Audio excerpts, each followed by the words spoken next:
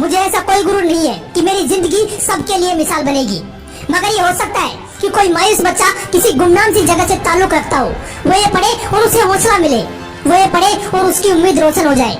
हो सकता है ये कुछ बच्चों को नाउम्मीदी से बाहर ले आए और जिसे वो मजबूरी समझते हैं वो उन्हें मजबूरी ना लगे। ये कुछ लाइनें लिखी थी भारत रत्न डॉक्टर एपीजे अब्दुल कलाम ने। दोस्तों, आज के इस वीडियो में मैं आपको कलाम साहब के वो किस्से सुनाने वाला हूँ जिन्हें सुनकर आपके सोचने समझने का तरीका बदल जाएगा और आप अपने अंदर एक नई एनर्जी फील करोगे। So let's start the video. दोस्तों, आपको पता है कलाम साहब ने शादी क्यों नहीं की? इसका सिर्फ एक रीजन था और वो रीजन यह था कि कलाम साहब सबसे ज्यादा अपने काम से प्यार करते थे।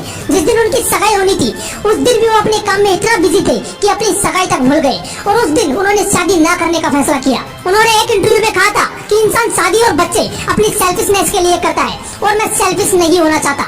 मैं अपनी पूरी जिंदगी इस देश को समर्पित करना चाहता हूँ। दोस्तों, बात है दशक 1979 की। 19 साल की मेहनत, 23 मीटर लंबा SLV-3 रॉकेट 17 टन का वजन लेकर 7:58 पर आसमान में उड़ा। ये रॉकेट 4 स्टेजेस में था और ये सिर्फ एक रॉकेट नहीं था, ये सपना था उन तमाम लोगों का जो इस प्रोजेक्ट में शामिल थे और इस प्रोजेक्ट के डायरेक्टर थे कलाम साहब। वो रॉकेट पहली स्टेज तो पार कर गया, लेकिन दूसरी स्टेज में जाने के बाद रॉकेट ने काम करना बंद कर दिया और 317 सेकंड के बाद कलाम साहब और कई लोगों का सपना कचरा बनकर श्रीहरिकोटा से 560 किलोमीटर दूर समंदर में जा गिरा। दोस्तों, क्या हालत हुई होगी उस वक्त कलाम साहब और उनके बाकी साथियों की जब उनके 19 साल का सपना कुछ ही सेकंडों में समंदर में कचरा बनकर बिखर गया। कलाम साहब कहते हैं कि उस वक्त मैं अंदर से इतना टूट गया कि मैं अपने बिस्तरों में जाकर धस गया और मेरी आंखों से आंसू बहने लगे। लेकिन दोस्तों, कलाम साहब हार मानने वालों में से नहीं थे। वो कहते थे कि पहाड़ की चोटी पर उतरने से पहाड़ पर चढ़ने का तजुर्बा नहीं मिलता, जिंदगी पहाड़ की चढ़ानों पर मिलती है, चोटी पर नहीं। कलाम साहब भी इसी तरह एक एक कदम आगे बढ़ाते रहे और दोस्तों, एक साल बाद